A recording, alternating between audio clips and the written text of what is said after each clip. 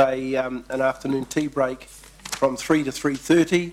During this time, a drop-in session will be running in the Karaka room concerning the Sillery Street underpass, which elected members are invited to attend.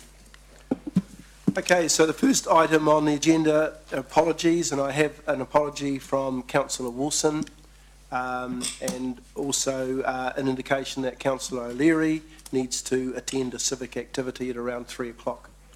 I'll move. Thank you. Second. Seconder, please. Second. Deputy Mayor, those in favour, please say aye. Against, carried.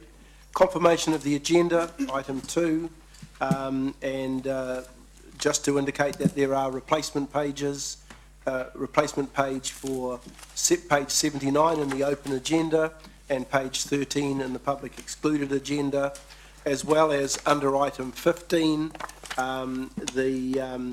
the attachment for the Waikato Road Asset Technical Accord, the RATA contract, has been distributed separately, and there was a placeholder for that. So could I have someone to confirm the agenda, please? Thank you. Councillor Tooman. Those in favour, please say aye. Aye. Against? Declarations of interest. Are there any declarations of interest? Right. Public forum. There's no public forum today. So we move on now to item 5, which is the minutes of the finance meeting, open minutes of the 18th of February. Elected members may recall that these minutes were held over as Councillor Mallett wished to discuss with Democracy some changes to that. I understand that discussion has taken place and that the minutes are now... I'll move. Okay, I've got a mover, seconder. Thank you, Councillor Mallett. Any discussion? Those in favour, please say aye. Against? Carried.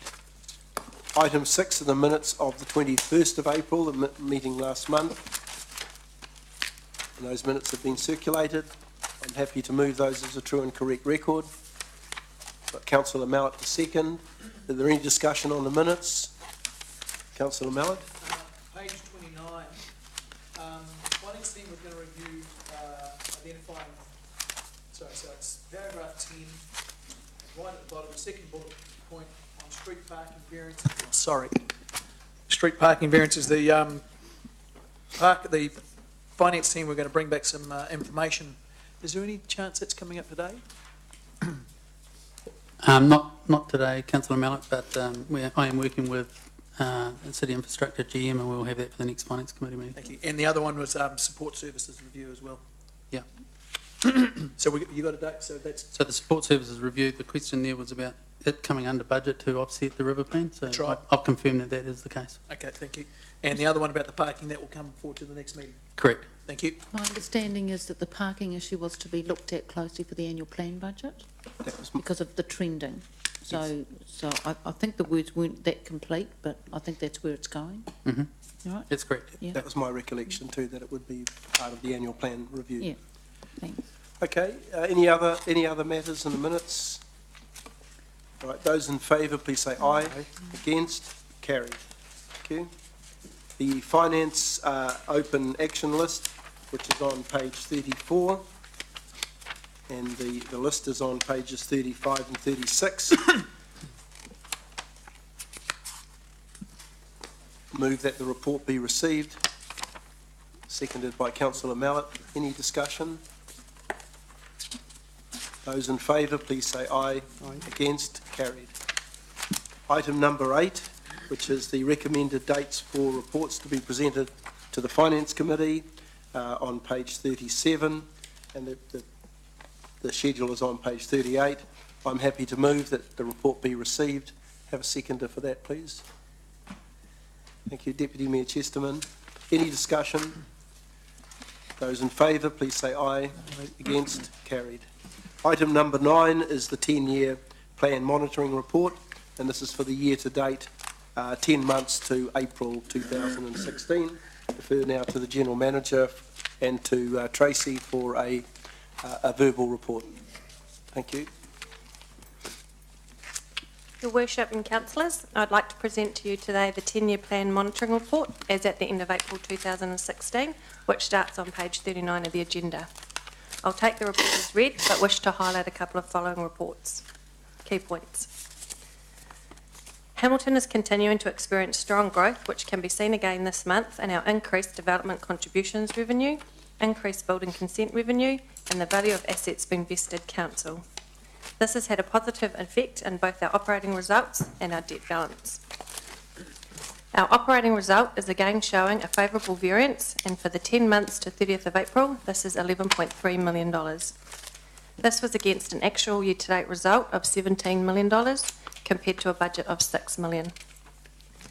The variance for the month is an unfavourable movement of $3.5 million from last month. This is due to the correction of an accounting treatment of the disposal of the pensioner housing assets. This has no impact year to date, as a $3.5 million accounting loss in May, together with the $4.4 million accounting loss in April, does agree to the figure in the original report that was presented to Council of $7.5 million. When the assets were disposed in April, the full selling price was used. However, it was determined What price? the full selling price was used. A full selling price. Selling price, sorry. However, it was determined that due to the deferred nature of the settlement, which is in 2018, the value used to dispose the assets should have reflected what that 2018 payment is valued at in today's terms. There has been a number of savings identified by the business that has been reflected in the current month's risks and opportunities. The main ones of note is the wastewater treatment plant, with $1 million of savings in the areas of chemical, planned maintenance and disposal of biosolids. These are all a reflection of a stable running environment at the plant. This stability is also reflected in the water treatment plant, with $520,000 worth of savings identified and the reduced spending in chemicals and maintenance as well. There are also various infrastructure projects that have been forecasted to be favourable to budget due to favourable market pricing and work not needing to be completed by Hamilton City Council. The allocation of $350,000 in the tenancy inducement renewals program has been identified as no longer being required, as there are currently no vacant commercial properties. Our total overall debt year to date is now $348.7 million, which is $58.1 million less than the year to date target of $406.8. Our 12-month rolling debt to revenue ratio is 173%, which is below the annual target of 205%. We are currently forecasting our debt position to be $346 million by the end of June 2016. This lower than budget debt position is due to the lower opening debt position, this year's favourable operating result, and the impact of the deferred capital projects and the sale of assets. For the 10 months ended 30th of April, the amount spent on capital expenditure is $42 million. This is $23.7 million behind budget. Of the 128 projects currently being worked on, 27 projects at a value of $21 million have been identified as not being able to be started or fully completed by June 2016. Almost all of this is due to third-party, contractual or other external party influences. $956,000 are within HCC control. These are the projects related to the Founders Theatre and 2 projects in the IT area around sourcing new hardware and the delay of an upgrade to our regulatory system. A full report identifying these projects and reason for deferral can be found in attachment 5 on page 78 of the agenda. We have also included this month a new report on capital pipeline projects. These LTP projects have been identified by the business as being brought forward to mitigate some of the deferral spend. All of these have been approved by the Chief Executive under his delegated authority, and the full listing of these can also be found on attachment 5 on page 79 of the agenda. The last point is to acknowledge an error we've made on page 66. The numbers on this particular activity statement are correct, however the variance explanation for depreciation is actually wrong. It should say that the value of the assets decreased, hence there is a favourable depreciation variation. Apologies for this mistake. So this now completes my summary, and I'd be happy to take any questions. Questions? Deputy Mayor Chesterman. Yes, thanks, Chair. Look, I just have a concern on page 68, and in the commentary, the second bullet point. I just want to understand this. The cost of hardship remissions are favourable. This is now expected to be 150,000 favourable, which I'm sensing means that the people claiming hardship are not claiming enough. And so when we listened a year or 2 years ago that the older people in the city were complaining about the difficulty of paying rates, I think I persuaded my colleagues who unanimously agreed to raise the budget by, I think, at least 100,000. Correct. And so I'm disappointed to see that the increased budget hasn't been taken up, because we have accepted the complaints from the public that they're finding it difficult to live in their own homes and may be forced out. So I'm wondering what we can do. It's probably too late in the financial year, but I'm wondering what we can do to be more aggressive about that. When we got the extra 100,000, we also allowed the barriers to be more friendly. And I thought, and councillors thought, that that would cause more people to want to apply for the hardship. So I'd just be interested in some comment around that and about what we can do, because I don't want to see the budget be reduced by 100k or 150 because there is no demand. It's on the same point. So on the same point? Yeah. Yeah. It's fine, Councillor. If I could just add, I mean, I totally agree with what the Deputy Mayor said, but when we first introduced that policy back in the early 2000s, it took some years before it was fully taken up, which also surprised some of us back then, and it seemed a matter of people getting used to it. So maybe the issue is in how we get the word out there. In a way, we ended up, in some cases, having our senior finance staff go to organisations that elderly folk were frequenting and explain in practical terms how it would work. So I want to teach staff how to suck eggs, but it was in that sort of line, did it actually work? Right, so you'll take that back on board? Absolutely, thank you. Thanks, Tracy. Now, Councillor Mallett. Sorry, it's just I'm picking up on Gordon's concern. I'm a little confused. Is your concern that there aren't enough people struggling to pay their rates, and you want? And I'm being quite genuine here. You thought we all, well, somehow the majority of us thought we need to put in this little safety reserve for people who couldn't pay their rates. There's been very little not as much uptake on that as we required. So clearly people are able to pay their rates, which surprises me. And you may be right, Councillor Mallett. It might be the myth and the public anger every time the rates go up or we change the system. And we have two schemes. We have the government scheme, which we administrate, and then we have this council hardship. So a person on genuine hardship could potentially get back $1,200 or $1,300 of their rates between the two schemes. However, some of the people that complain about being forced out of their houses don't comment about the Raglan Beach House, the stamp collection, and the stock market portfolio. So they are asked to declare and prove their hardship. And so two things: either there is no hardship out there and we're just being or it's a bit overstated, or in fact there is, but they don't understand what they've got to do to apply for the second scheme.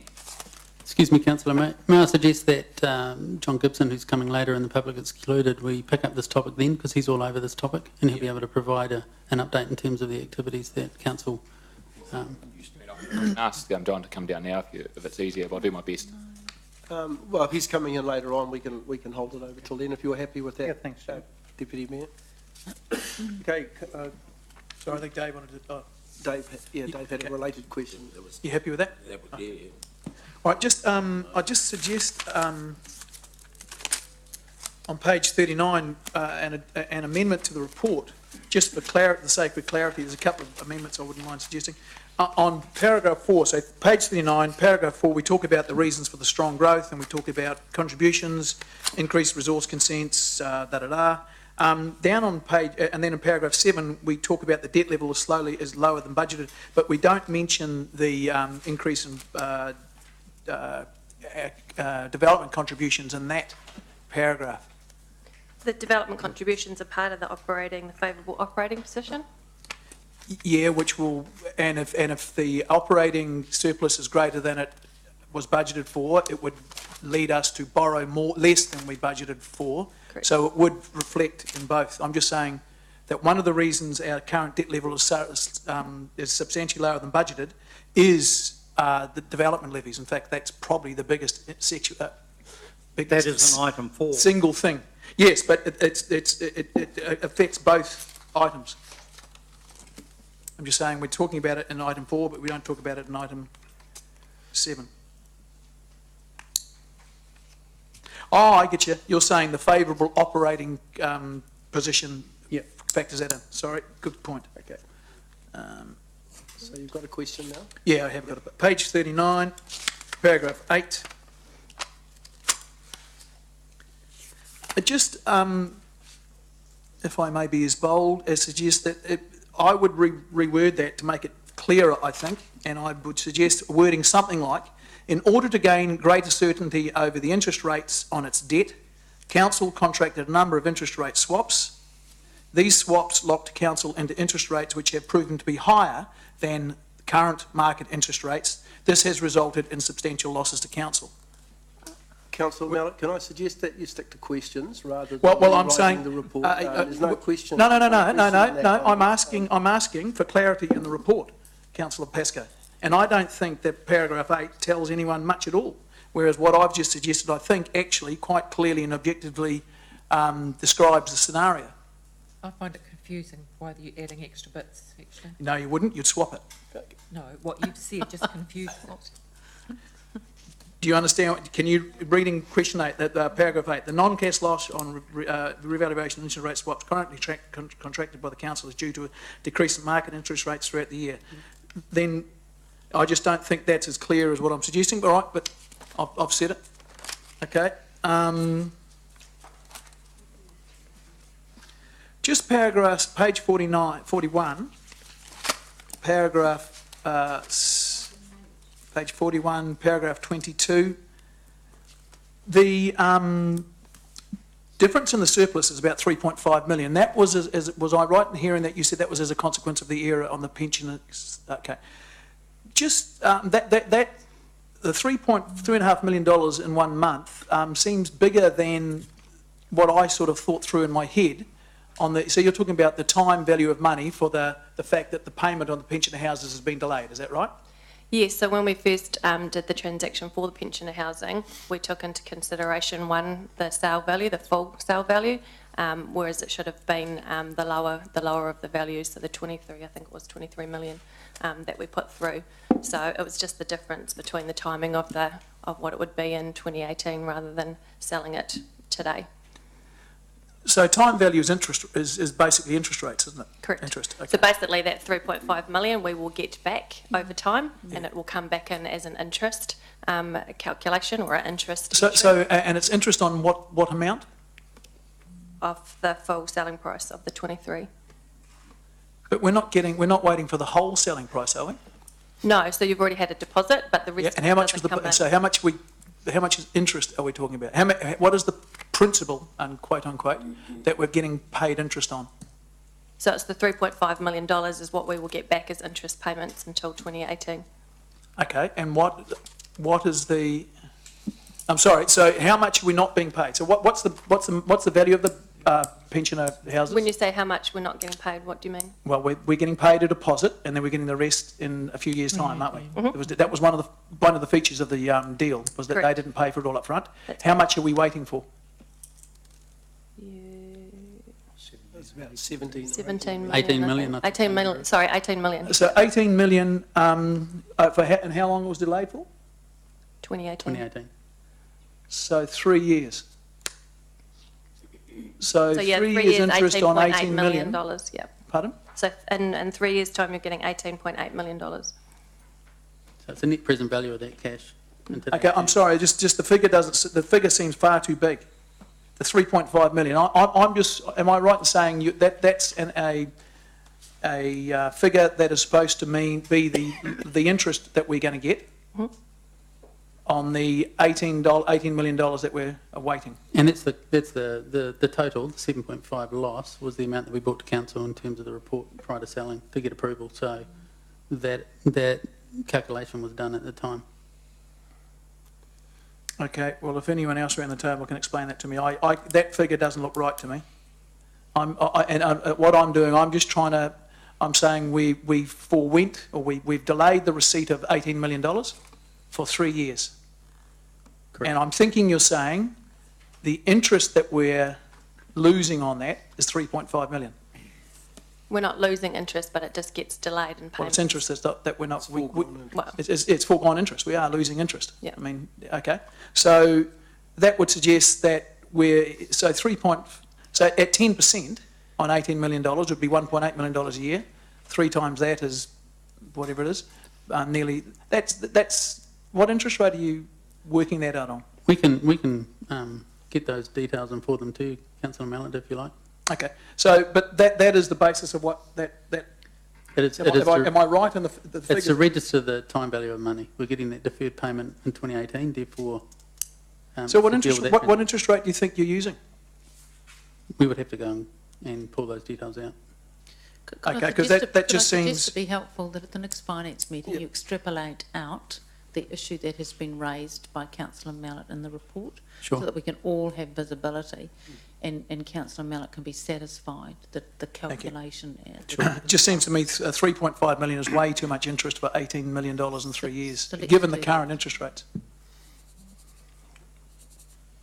yeah, I mean, it matches the report that was brought to you, to the council in December. So, all of the calculations are in that, so I'll just, send that through as well. Okay. So you bring that back to the next finance meeting, just as a separate paragraph item. Sure. In the 10-year monitoring report. Happy to Sure. do that. Yep. Okay, page 24, paragraph 30. Can you read that out and just explain it to me? I couldn't follow what it was saying. Page 24. Page 44, paragraph 30. The result for the 10 months to the 30th of April.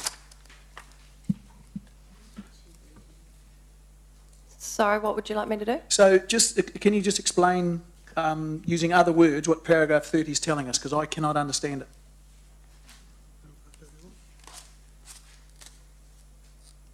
Is it saying that we're 50% behind on our capital expenditure program? Yes.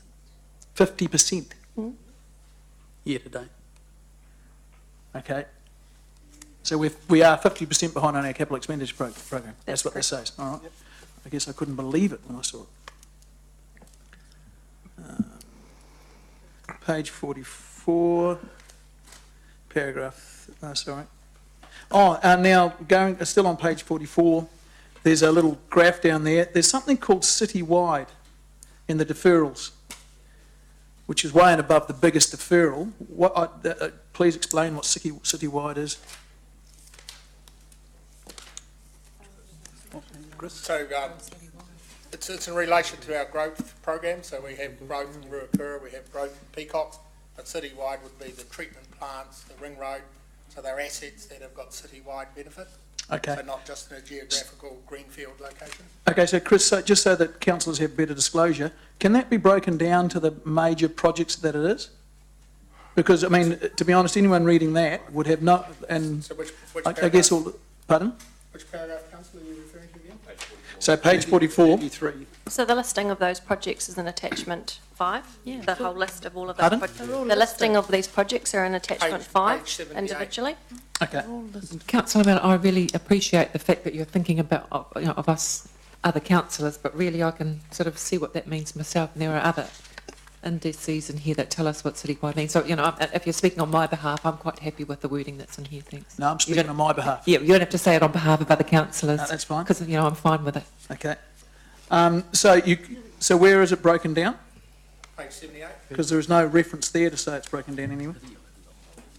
It does, it says at the It top. says on there, it pa- says on attachment 5. Paragraph 33, it says in attachment Top 5, of there's a full 33. list. Oh, I beg your pardon, just two. Thank you. Okay, move on. Okay, page 45, paragraph 39. The last sentence, the major favourable drivers are revenue from vested assets, development contributions and interest costs, which are being offset by losses on swaps and asset sales. Is that should say losses on asset sales, is that right? Correct. Losses on swaps and asset sales, they're both losses.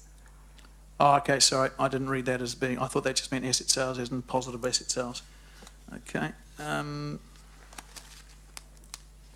Okay, paragraph point 41.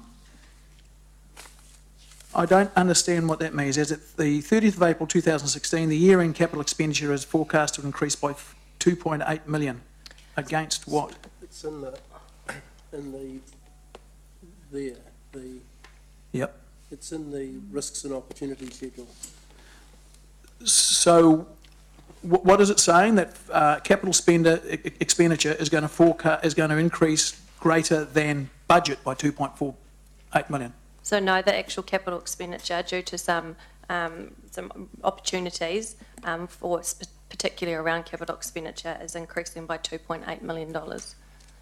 So we've had savings on particular projects, which again is listed in the risks and opportunities report in attachment 6. Sorry, having a dumb moment here. So we have a capital expenditure budget. Yes. Which we're underspending, and that's jobs that are not getting done. So if you look at paragraph 35, there's a summary of all of that. Yep, and it just says the same thing. So in the risks and opportunities, the capital expenditure component of the risks and opportunities, you're saying? Is favourable by $2.8 million. Might as well do something else. But 2.8, okay, how can it only be favourable 2.8 million? What does that mean? Does that mean when we've just been told $20 million worth of stuff's been So that's deferred unspent? projects. This is separate again. So these are particular projects that we've been doing that we've been able to make savings on, such as got better price deals or things. Okay, so how do you identify the difference between the two? Well, as far as you're concerned, just the money wasn't spent. Correct. Okay. On projects that we're currently doing at the moment. So you identify projects that have been completed and have been completed over or under budget, Correct. and those are treated differently than the projects that are time delayed for whatever reason. Correct, that's right. Okay, the so these are the deferred- ones where there's actually the job was completed favourably, 2.8% Correct. under budget. Okay, thank you. Okay, just page 47. Just confirm for me that rates last year was 110 million. If you add 3.8%, that's 115 million. Our actual rates this year are 115 million, 0.8, which is about $1 million up, so which is about 0.83%. So is that rough? That's basically our growth in That's rate exactly pays. our growth rate, yes. Okay, so that's the right rationale. Yep, thank you. And is that normal? What I know it's a hard thing to. And you haven't been here long enough to know, I suppose. What's generally our growth? That's booming growth, slow growth. I don't know. I know in the annual plan it's changed to 1.2%. Yeah, so for the last few years we had like at a 0.8% growth.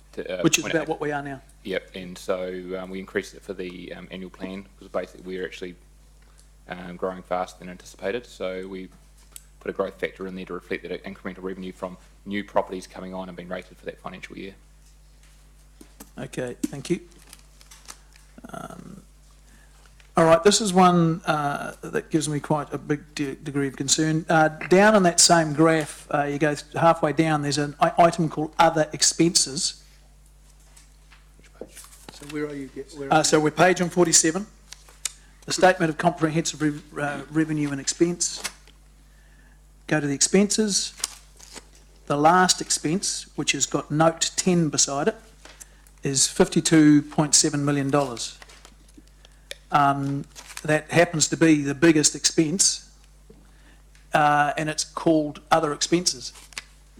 So what's the disclosure on that? You go to note 10, it says there is no primary driver as the variances across many of the activities. Please refer to the individual statements of explanation regarding other expenses. So that you go to the activity reports, which I duly did, and in the activity reports start on page 54.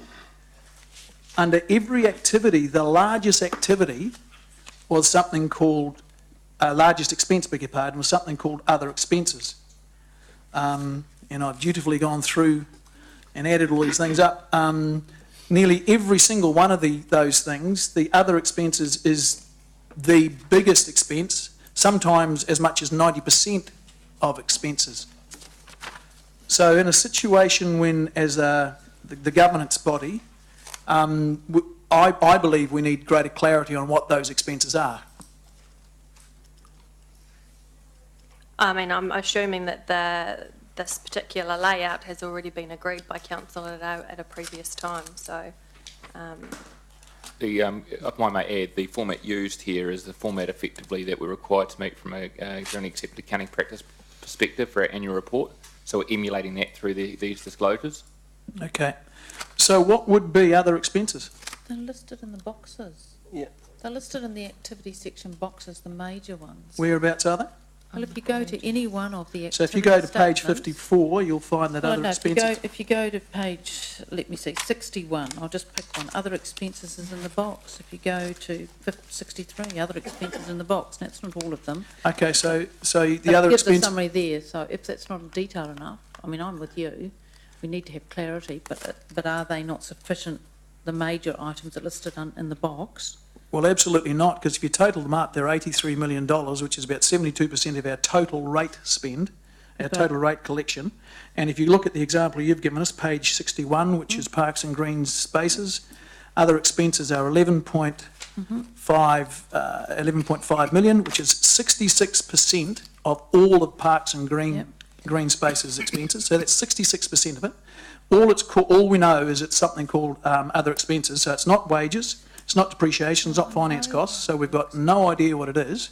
And you tell me that there's a comment in there to say that other expenses are favourable, 205,000 versus 318, doesn't tell me what they are at all. Not at all. So with respect, Councillor Mallett, I was just trying to be helpful. I don't need an accounting 101, thank you, but I do think it is important, as you rightly point out, that we have visibility if other expenses are significant, because that's normally your little miscellaneous box, isn't it? And everything can be chucked into that. And my point exactly is that they are significantly more than just miscellaneous. Most of them are well over 60% of the expenditure in a particular activity, such that if you total them all up, they account for 72% of our rates. So, Chair, And we don't know what they are. Absolutely no. What are we doing here? Yeah, no disagreement with you, Councillor Mallett. This is the way that we have reported over the last 3 years. The Let's be helpful. Chief Executive has explained why we report in this format. Presumably, and when we sign off on the annual plan, the detail is in there. We have signed off on the annual plan. We are, and I guess the comments today should be about how well or how poorly we are tracking along with the annual plan. When you've got expenses disclosed in a miscellaneous manner, No, it's other expenses, it's not miscellaneous. It's not miscellaneous. well, other and miscellaneous, I think, are other synonyms. expenses. If you look up a dictionary, they'll be synonyms. And it gives you no clarity at all. So I'm suggesting that we perhaps need to get some more, and maybe this is how we've done it for years, and maybe it's the first time I've noticed it.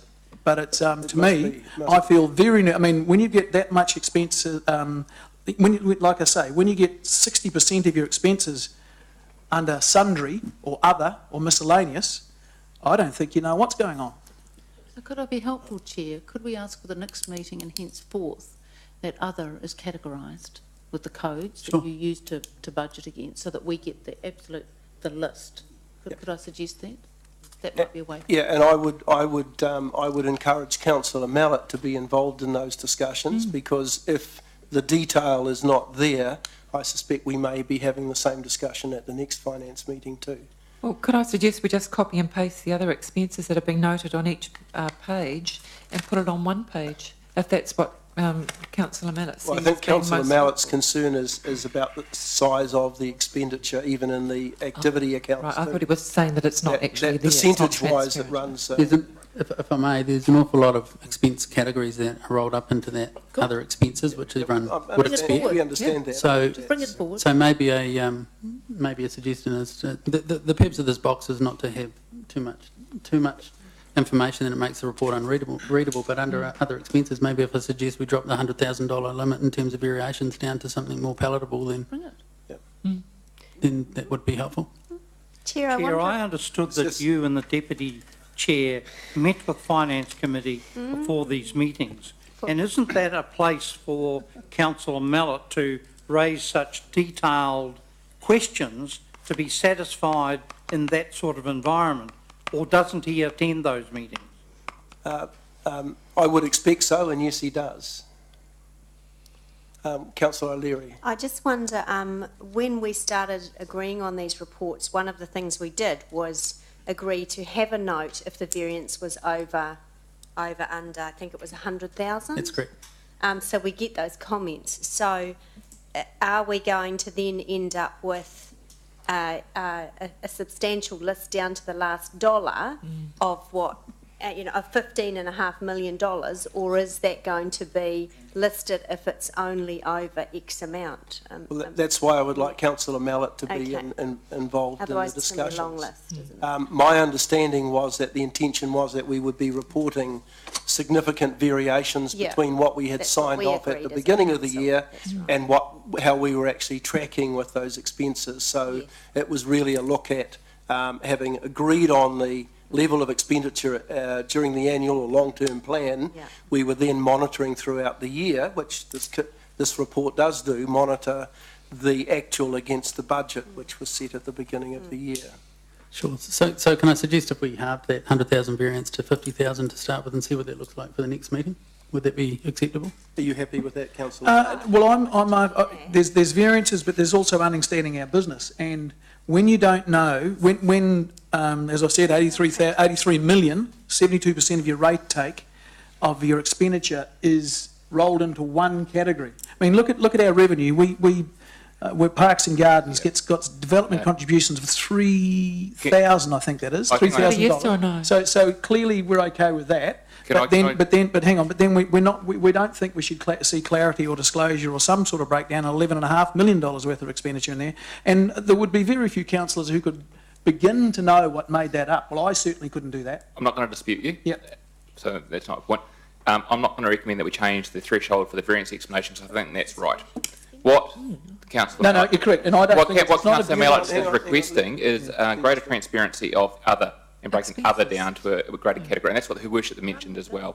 So I think we take that offline and we look at a suitable categorisation of the many GL accounts we manage the business with, up to something that's suitable, bring through to council, which is a greater level of detail than this, but not so much that stalls the committee. So we'll get that pitch right. So Sure. I reckon we take that offline and we'll work on that. All right.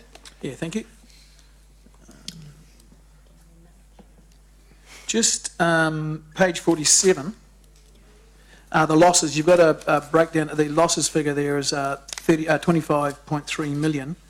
Now, my understanding from what I've read previously and what I know is that swaps and loss on Beggs, Wisemans And pensioner housing. Note and 11. pensioner housing. Note 11, yeah. Note 11. Okay, there's no note beside that. There is. Okay, I can't see a note. Note 11 Note 11. Oh, sorry, I'm looking at it, the balancing the book on the part next of it. page. Okay, It's all in there. all right, thank you. Disclosures. No, that's me done, thank you. Thank you, Councillor Mallett. Any further questions, Your Worship? I'm interested in the capital budget, if I may, and I'm looking at attachment 5, which is page 78, and I'm looking at paragraphs 28 through to 35 on pages 44 and 45.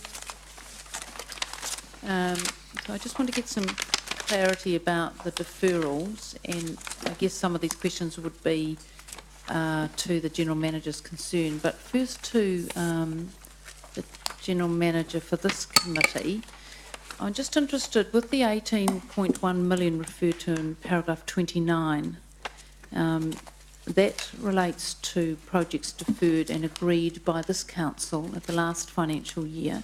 What portion of the 21 What portion of those are included in those proposed to be deferred another year, and which projects are those on attachment 5? There's 4 projects that have are in the deferrals for going into next year. 2 of those have started but have not been completed, and there's 2 that have not been started and will go into next year. And what are those on attachment 5? Could you just point to which ones those are?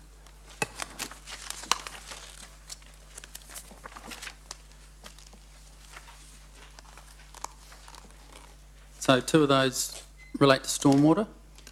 So we're looking at Peacock's So stormwater. peacocks. So 2 of those 4 projects relate to peacocks, and they have not started yet. So is it the one that's the third box down, Peacock stormwater? Is that one of them?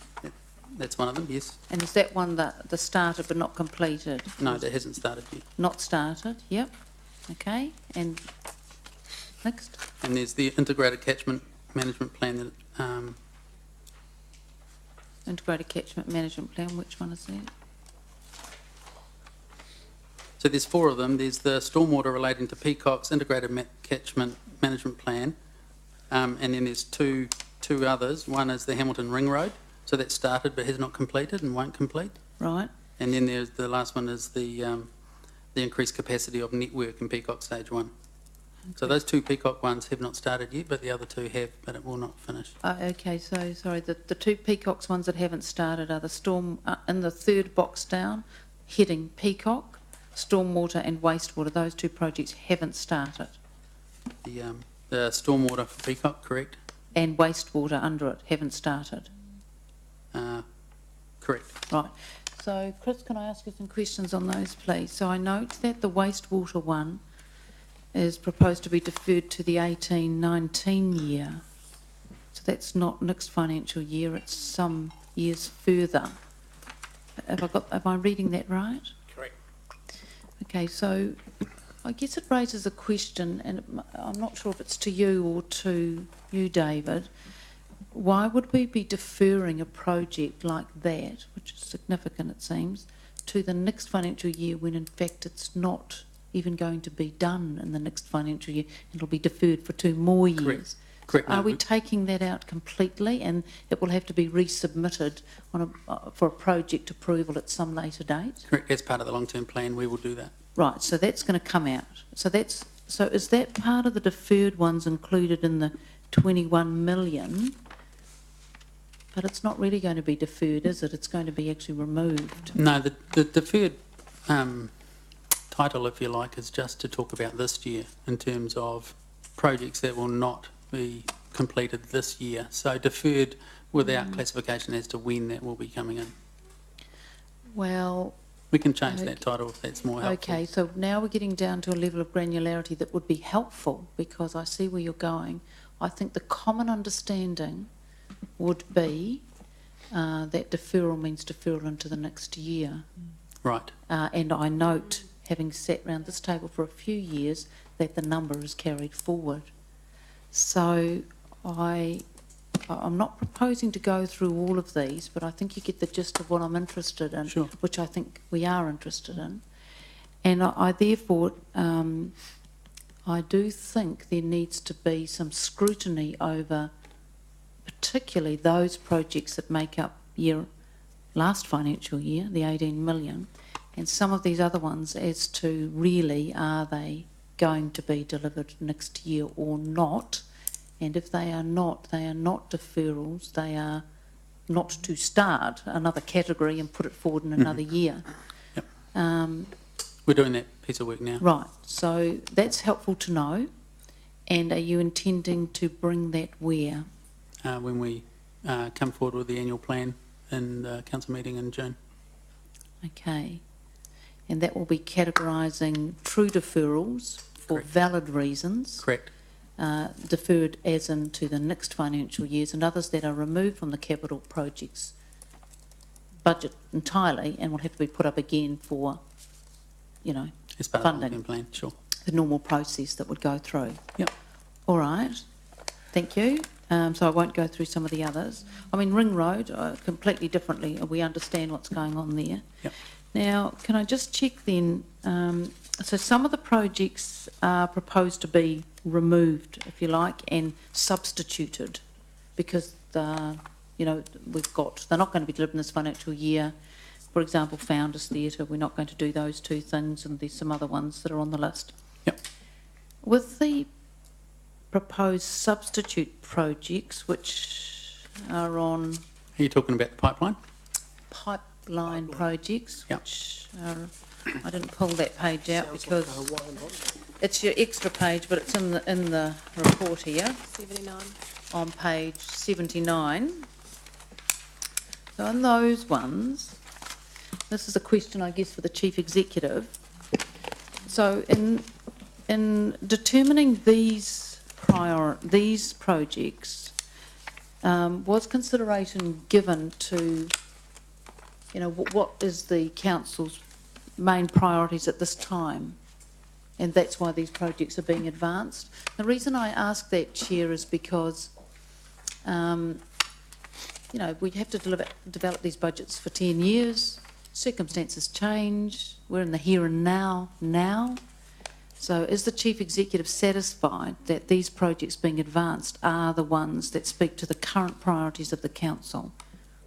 That's my first question.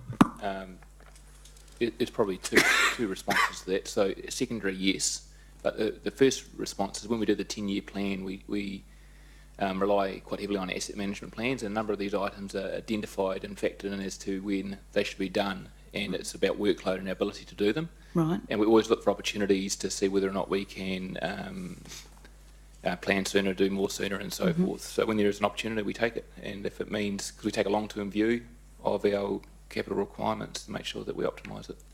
Okay. All right, so I understand what you're saying. So this is linked really to the asset management plans and our renewals program in some respect. Absolutely, because there's a degree of assumption in terms of when things are required. We know they are going to be required in the next 1 to 3 years. Some of it we know absolutely needs to be required in that year. Some stuff can be done earlier with no detrimental impact. Yes, Some stuff can be later. A capital program, Your Worship, is generally managed outside your financial year. We report on a financial year basis. Yeah. But a piece of pipe or a road does not know what financial year it's in. It just breaks down when it breaks down. So we just make sure we use our asset management plan as an indicator. Right. No. Okay. Okay. Thank you. That's satisfied me. Can I just? So am I then to take it, going back to attachment 5? You know, that's something like under community projects, the museum one. Well, actually, it was one of the ones I looked at that was going to be completely gone. Some of them looked quite important, but they hadn't been started. And is it that they're no longer important because time's moved on, or is it that they are, we just haven't got around to them? Or, I mean, I'm looking at the museum one, which is about the chiller. And I happen to know that it's very important that the chiller's up to spec in the museum because it holds precious stuff. It's got to be kept at the right control temperature. So I'm just trying to get a better understanding of why, you know, that's an important project, why it's now suddenly not important, or... So who can answer those, you know? It is definitely an important project. There's a simple reason is that we went to tender. There was only one tender. It was an exorbitant price. Right, okay. So we stalled that and redid the process again, went back to the market, which has then meant that we're not going to finish by year end. Right. It's crossing over 2 financial years, and we've actually managed to get it at a good price with a good result. Okay, great. Okay, no, that's great. So sometimes I wonder if, I like brevity, but sometimes a little bit extra might be quite useful, because it just saves, you know, you read these things and you think, oh, that looks interesting.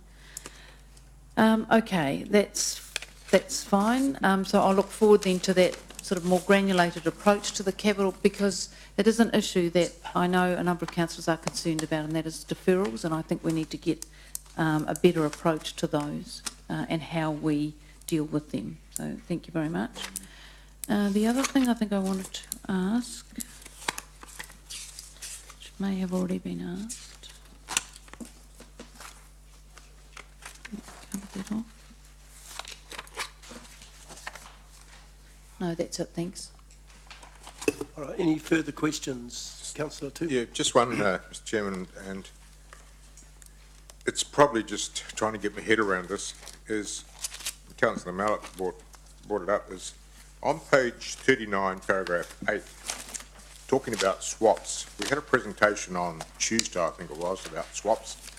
Now, my understanding of it is there's two sides to a swap, which is your variable interest rate and fixed interest rate. Okay, so far. Yeah. When I look as to the graph, which is on page 83, which shows our net costs of funding through the swap system, I presume, back in June 2014, it looks like it was around about 5.65, and now in March 16, we're up to 5.95. Admittedly, it's only 0.25%, which is not a huge amount of money. Does that mean that we've got a lot of it on fixed interest rate instead of the variable side of it? Correct. On the 90-day bill rates they come up with? That's right. Okay. We're sitting at about 87%. If you look at that report at the top of the page, that's on page 83, Councillor. Yeah, sure that provides the information. It's about 87% on the fixed. That's correct. Okay. So while interest rates are low, we're paying a little bit too much, but maybe in 6 months' time, we may be okay. Would that be correct? And absolutely, and it provides certainty, but there is, sure, as a consequence of that certainty, at this point in time, there is effectively an opportunity cost. If we'd floated, we would have been, at this point in time, better off for those related debts. Taken in previous times? Yeah, that's right. Okay. I'll give you my note, Leo. Okay. I'll give you my note. Councillor Forsyth? Thank you. It's just one of the deferrals, page 71, Seddon Park. I know we spend close to $1 million on OPEX. Why have we deferred 107 in plant and equipment, and then again 35 in property renewals? And what are we renewing at Seddon Park?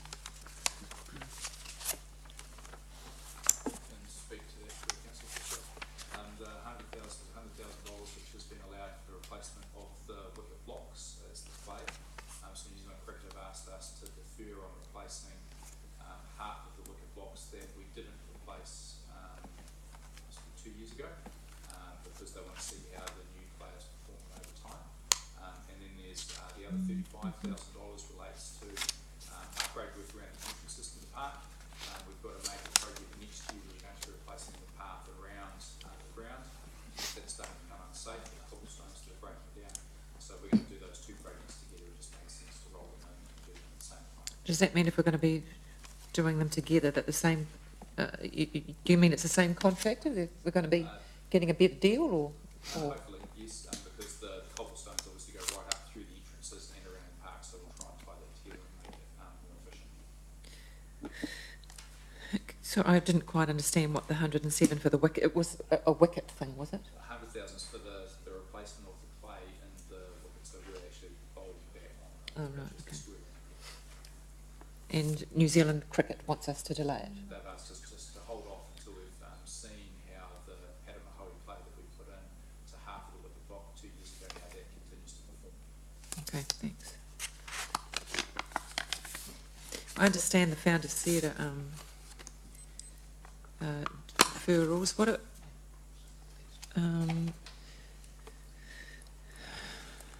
some of the others, mostly around infrastructure, etc. Peacocks. Deferrals, what have they been called with? Is that just land or? So the other deferrals around peacocks? Are they just timing, or I mean that seems to be the obvious thing. Sorry, page 73. Page 73. Just there's a lot of referrals, deferrals, I should say, around peacocks, infrastructural stuff.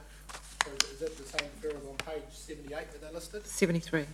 I think they're listed more. Sorry, it's 78 or okay. 73? What page is it? Yeah, 78 is a better one to look at. So I've got deferrals. It was 73, but So I think the deferrals are summarised on page 78, which lists the deferrals, probably the same one. So in Peacock's, the two deferrals are the ones who Worship was just referring to. And it's in wastewater and stormwater. So they relate to our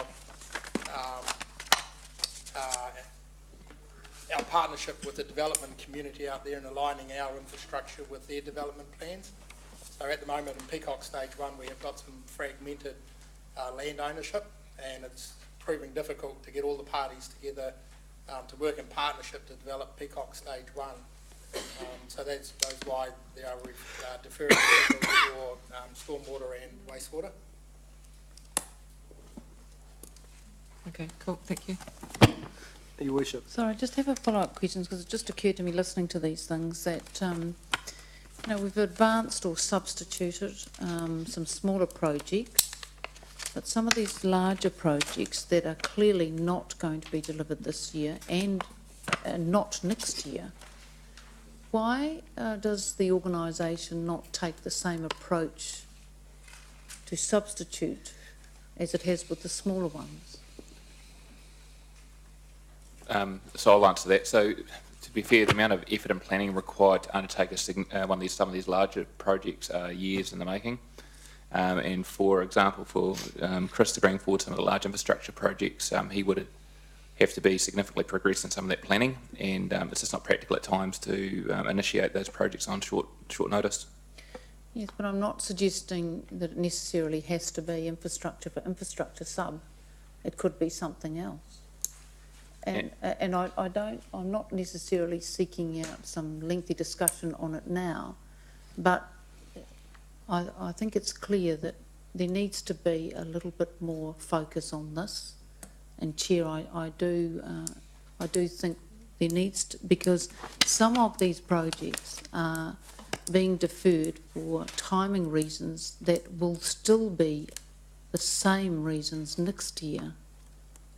And so it is, you know, it's not presenting an accurate budget from my perspective. And I do think you're right that in the annual plan there needs to be, when the report comes through. So my suggestion is certainly between now and then that there is a lot more scrutiny put over, and the Chair of Finance, I guess, can assist with that. Because I'm not necessarily saying the lengthy in planning ones, but there are other priority projects that, you know, sit in other years that were pushed into those years because of these projects, when these projects are not being delivered this year or in fact next year. That is an active consideration, Your Worship. I think it's a relevant conversation, and we do have those conversations. We do work on this. We always look to make sure we put significant focus in this area, because it makes a big difference, to be fair. These projects, some of the, and even the medium-sized projects, do make a difference in terms of workload as well as attainment of our capital budgets. Yes, no, I get that, but you know, it is a moving feast, and I get that flexibility, and I understand all that. And some of the projects, the major projects, obviously are years in planning, but there are other projects that are not. They're just sitting there waiting their turn. Yeah, so I think it needs another look. Yep, we'll certainly do a complete review for the annual plan for next year, Okay. make sure that it's robust. Councillor King. Can someone guide me to what percentage of our debt is covered by swaps? Page 83, I think. 83 is a Treasury report, Councillor King. Yep, and can you just guide me to what percentage of the debt that we have is covered by swaps? Where is it on the page here? Page 83, very top policy compliance box. If you look there, that's probably the best way of picking it up. Fixed debt parameters. Our policy requires us to have between 50 and 95% of our portfolio, debt portfolio, in terms of fixed, and we're currently sitting at 87. So are you saying that at the moment 95.6% of our debt is at fixed rates? I get that. Well, I think I get it, but do we also have swaps on top of fixed interest? Or is that 95.6% a combination of protecting us with fixed interest and swaps? I might have to ask an accountant to answer the question. I think I must have lost my mojo. I don't know how to answer that question, sorry. Do you know what I mean? No, Councillor King. Okay, we can fix interest, we can put it on a fixed term. You get that? Yes. And, or we can protect ourselves by having a floating term and a swap. Yes. Does that 95.6%, because it doesn't say, it reads to me that that's fixed interest, it's debt at fixed rates, is that inclusive of the two, or is it inclusive of a percentage of swaps to protect our debt and a percentage of fixed interest to protect our debt, or do we totally protect our debt with swaps, our interest rate with swaps? No, we don't totally use swaps. There are some fixed interest. So can you give me the breakdown of the 95.6% of swaps, which we're using to protect ourselves, and fixed interest, or is that 95.6% just fixed interest rates? No, majority is swaps. So it's a combination. Correct. So we're protecting ourselves between fixed interest and swaps up to 95.6%. At present. Thank you. If there are no further questions, I will move that the report be received, which is the recommendation in paragraph 9 on page 40. Do I have a seconder, please? Thank you, Councillor Gallagher. Is there any discussion on the 10-year monitoring report? There being none, those in favour that the report be received, please say aye. Against? Carried. Right, as I mentioned at the beginning of the meeting, we were going to take a afternoon tea break at 3 o'clock. So this is an opportune time to do it, and the tea break will run for 30 minutes. So if you could all, 25 minutes, we could all be back here at 3:30. And during this time, a drop-in session will be running in the Karaka room concerning, concerning the Sillery Street underpass, which elected members are invited to attend. So if we could be back here, please, at 3:30. Thank you.